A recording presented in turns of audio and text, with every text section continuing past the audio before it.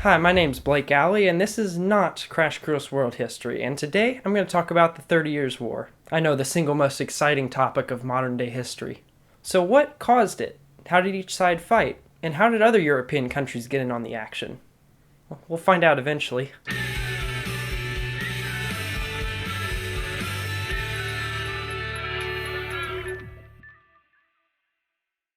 This story starts off in 1618, when Emperor Ferdinand II ascends to head of state in the Holy Roman Empire.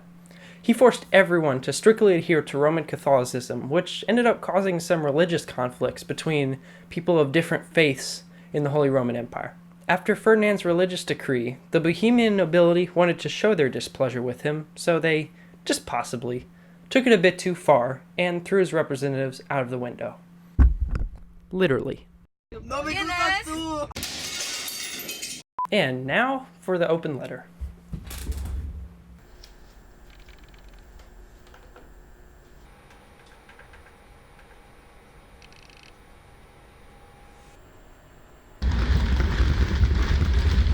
An open letter to the official Crash Course World History series. But first, see what's in the secret compartment. Never mind. Dear Crash Course World History, I am merely a student with Premiere and After Effects knowledge, and I really only have until about 2:30 to finish this. I know my production value will never be as good as yours, except for the fact that this is recorded in 4K on the Blackmagic Pocket Cinema camera, but it's really it. Your show has inspired us to all learn more about history, and even enough to make me do a parody of it. So thank you for creating the original series, and I'm hoping my version will help us learn more about the 30 Years' War, and you can keep doing whatever topics you're doing. Sincerely, Blake from baaelectronics. Now I have to somehow get this office chair upstairs.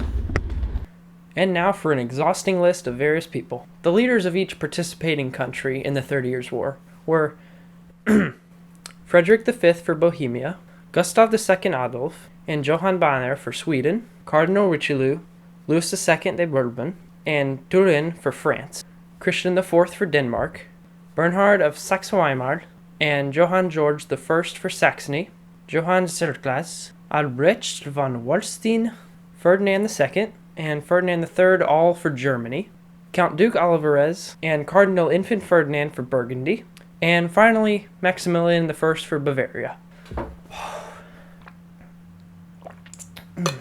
The most often military strategy was a massive army, often assisted by firearms, commonly called a caracol or caracol, or however you say it.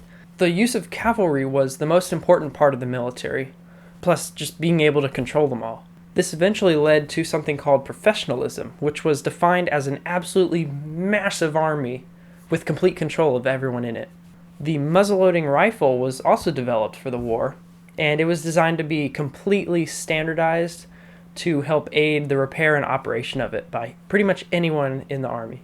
Despite all these new revolutions, no one army could perfectly develop all these tactics in order to defeat everyone else. So later, at the end of the war, in 1648, the Treaty of Westphalia was established, effectively ending the 30 Years' War. The treaty did create some geopolitical effects in Europe, like Spain losing Portugal and the Dutch Republic, and grants of self-government to the former Holy Roman Empire in only the German-speaking part of Central Europe. The 30 Years' War also created a ton of problems for the German people, like a drastic population decrease from both illness and starvation caused by the war. About 1/4 to 1/3 of Germany's entire population was estimated to have died, and it probably took around a century for the population to come back to where it was in 1618.